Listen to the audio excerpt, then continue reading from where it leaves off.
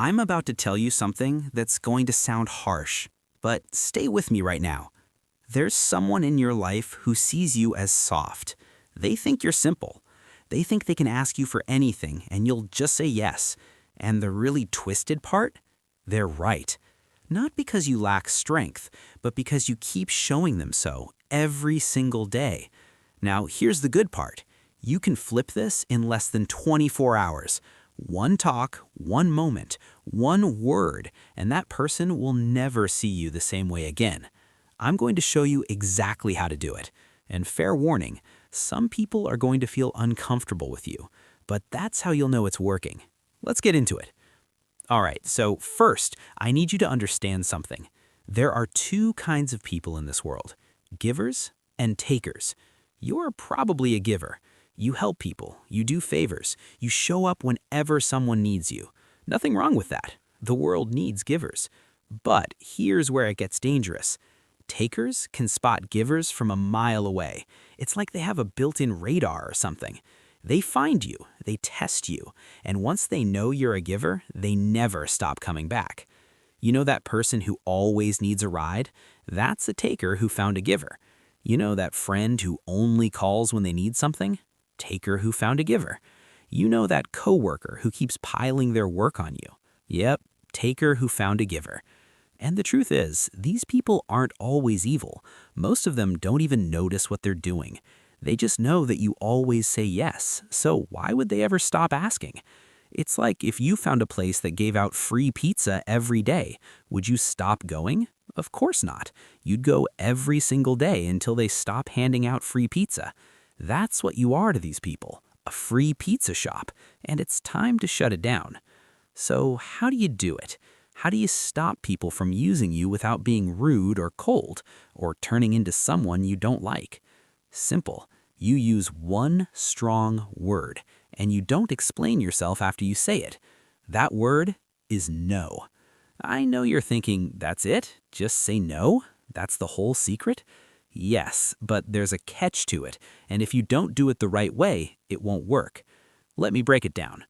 Most people, when they say no, they instantly start explaining. They give reasons, they apologize, they make excuses. Hey, can you help me move this weekend? Oh, I can't. I'm really sorry. I have this thing and my back's been acting up, and I really wish I could help, but I just can't this time. Maybe next time though. I'm really sorry. You know what the other person hears? They hear, if I push a little more, they'll probably say yes, because all those explanations sound like you're asking for approval, like you're hoping they'll accept your excuse. Here's what you should say instead. Hey, can you help me move this weekend? No, I can't do that. That's it. Full stop. End of sentence. No explanation, no apology, no maybe later, just no. This is going to feel really uncomfortable the first time you try it. Your brain is going to panic. It's going to say they'll think you're rude, they'll think you're selfish, you need to explain yourself. Ignore that voice. That voice is the reason people keep taking from you. The truth is, you don't owe anyone an explanation for how you use your time. Your time belongs to you. You get to choose what you do with it. When you explain yourself, you're basically saying, here are my reasons. Please decide if they're acceptable.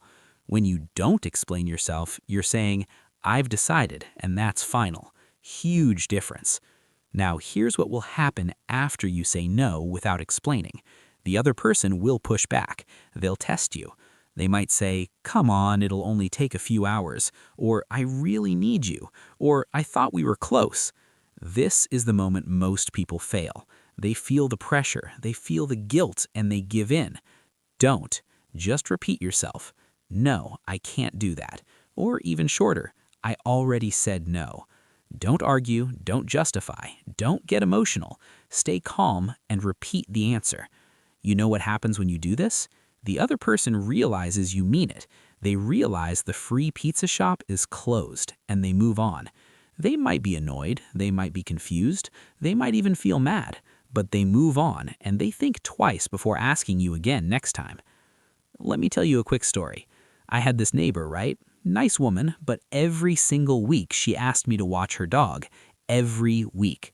At first, I said yes because I love dogs, but then it turned into every weekend. She'd drop the dog off Friday night and pick him up Sunday evening, basically my whole weekend gone.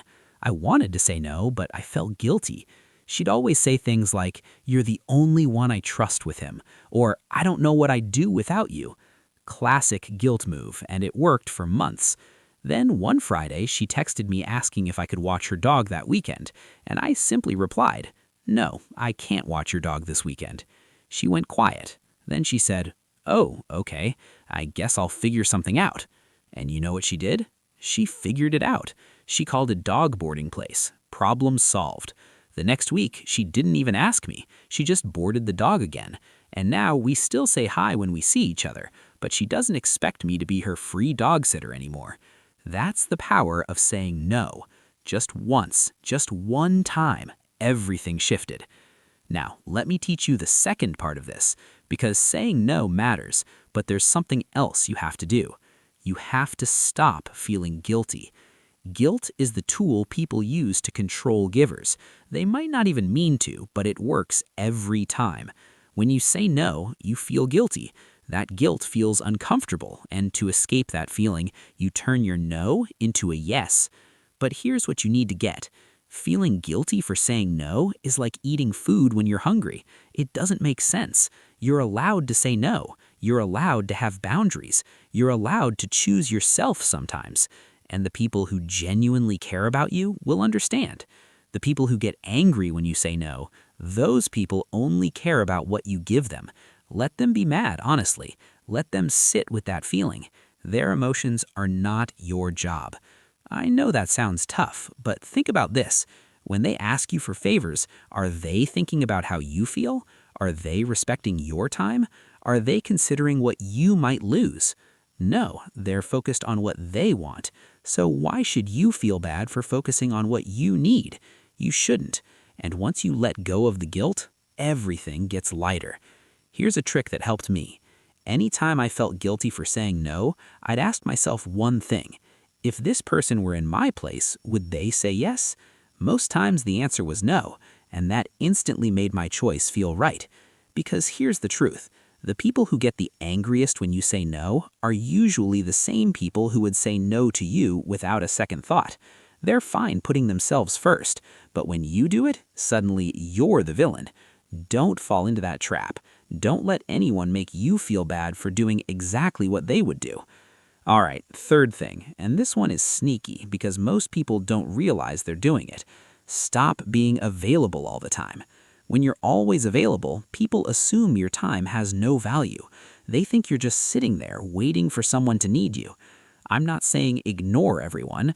I'm not saying be cold. I'm saying stop dropping everything the second someone calls your name. Someone texts you, you don't have to reply instantly. Wait 10 minutes, wait an hour. Reply when you're ready. Someone calls you, if you're in the middle of something, let it go to voicemail. Call back when you're done. Someone walks up to your desk at work, finish typing your sentence before you look up. Finish your thought, then give them attention. These little things feel small, but they send a big signal. They say, I have my own life, my own priorities, my own things happening. And when people see you value your time, they start valuing it too. I tested this at work.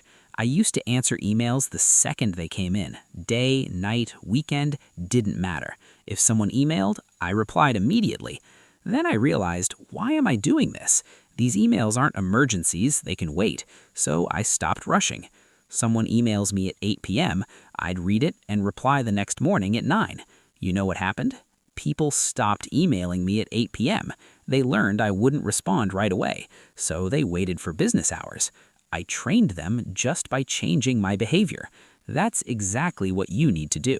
Train people how to treat you.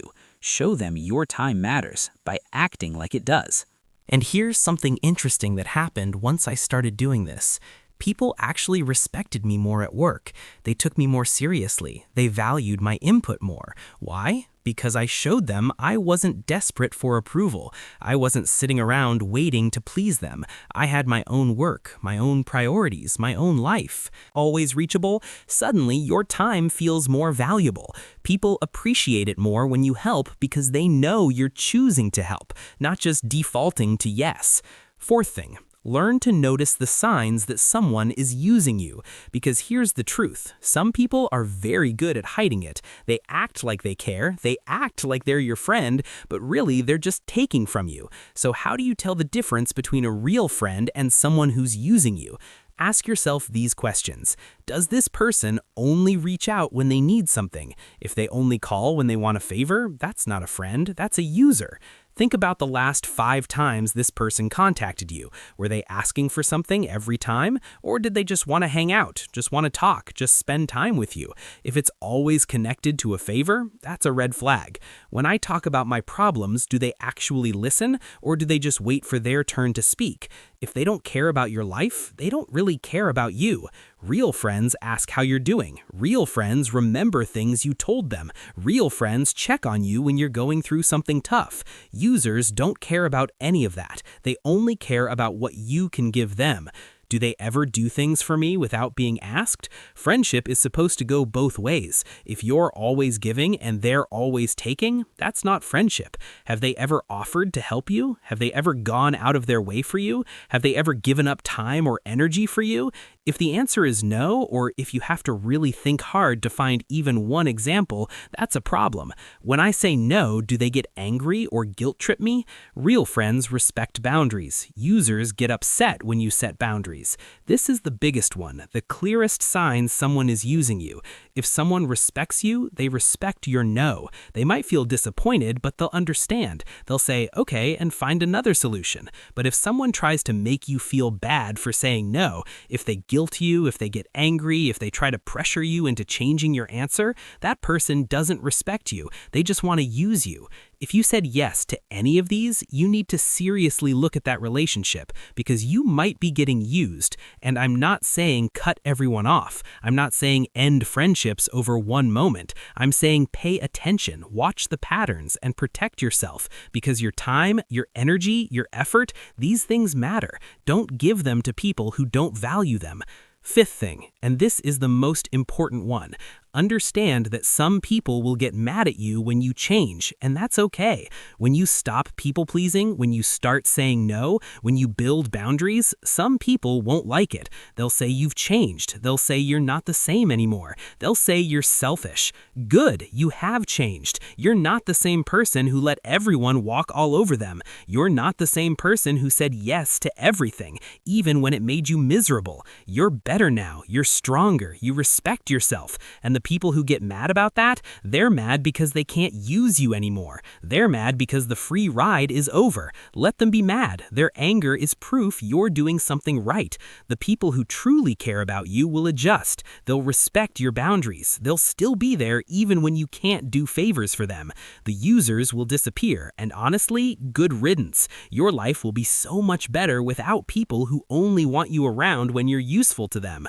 I remember when I first started setting boundaries, I lost a few people I thought were my friends, people I'd known for years. At first, it hurt. I felt like maybe I was doing something wrong, maybe I was being too strict. But then I looked at what I'd gained. I had more time for myself, more energy for the people who actually cared, more peace because I wasn't constantly stressed and overwhelmed. And the people who stayed, my real friends, our relationships improved, stronger, more honest because they weren't using me and I wasn't resenting them. We were just two people who genuinely enjoyed each other's company. That's what real friendship looks like. That's what you deserve. Now, here's your action plan. Here's exactly what you're going to do today. Think of one person in your life who takes advantage of you. Just one. You know who it is. That name just popped into your head.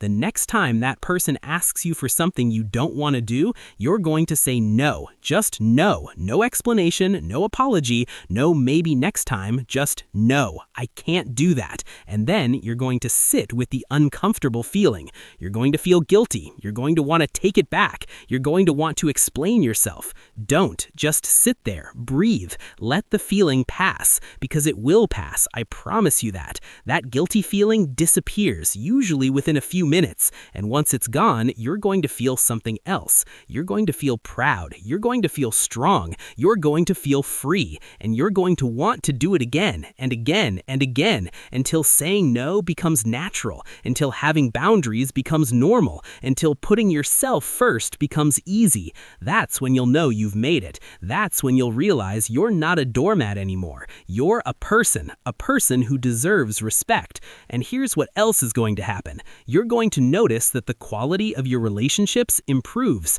because you're not surrounded by users anymore. You're surrounded by people who genuinely value you. You're going to have more energy because you're not draining yourself doing favors for people who don't appreciate you. You're going to feel happier because you're finally living your life for yourself, not for everyone else. You're going to sleep better at night because you're not lying there feeling resentful and used.